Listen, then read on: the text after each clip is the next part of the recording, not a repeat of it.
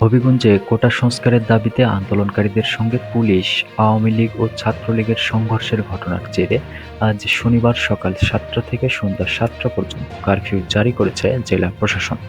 জেলা প্রশাসক জিলুফা সুলতানা বিষয়টি নিশ্চিত করেছেন। এছাড়া হবিগঞ্জ-৩ আসনের সংসদ সদস্য মোহাম্মদ আবু জাহিরের বাড়িতে হামলা ও ভাঙচুরের পর গতকাল শুক্রবার সন্ধ্যা থেকে সেখানে দেশীয় অস্ত্রশস্ত্র নিয়ে অবস্থান নিয়েছেন দলটির স্থানীয় নেতাকর্মী ও সমর্থকেরা।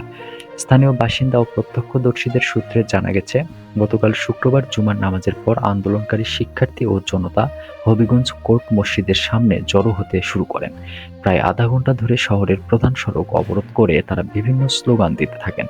শহরের নানা স্থান থেকে খণ্ড খণ্ড মিছিল আসতে শুরু করলে একটি বিক্ষোভ মিছিল নিয়ে টাউন হল এলাকার দিকে যাত্রা করেন তারা।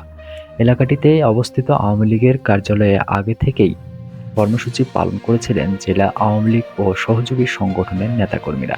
এতে হবিগঞ্জ-৩ আসনের সংসদ সদস্য ও জেলা আওয়ামী লীগ সভাপতি মোহাম্মদ আবু জাহির ও সাধারণ সম্পাদক আলমগীর চৌধুরী সহ দলের অন্য নেতাকর্মীরা উপস্থিত ছিলেন।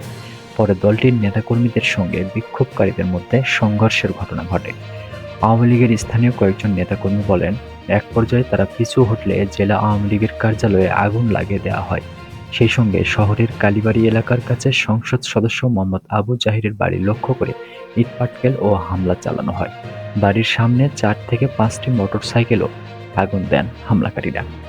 এই সময় সংসদ সদস্য ও তার পরিবারের সদস্যরা বাড়ির ভেতরে অবস্থান করছিলেন। পরে খবর পেয়ে সেখানে আসার চেষ্টা করে পুলিশ। আসার পথে শহরের তিনকোনা পুকুরপাড় এলাকায় জেলা ছাত্র দলের কয়েকশো নেতাকর্মীর সঙ্গে সংঘর্ষে জড়ায় পুলিশ ও আওয়ামী লীগের নেতাকর্মীরা।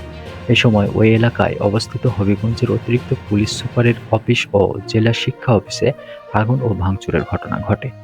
প্রত্যক্ষদর্শীরা বলেন, ওই সময় আন্দোলনকারীদের লক্ষ্য করে গুলি ও কাঁদানে গ্যাস ছোড়ে পুলিশ।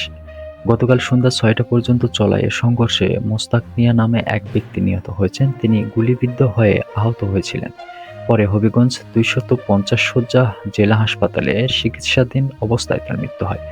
হাসপাতালটির আবাসিক চিকিৎসা কর্মকর্তা মঈনুদ্দিন চৌধুরী এর সত্যতা নিশ্চিত করে বলেন, গতকালের সংঘর্ষে অর্ধশত ব্যক্তি আহত হয়ে চিকিৎসা নিয়েছেন।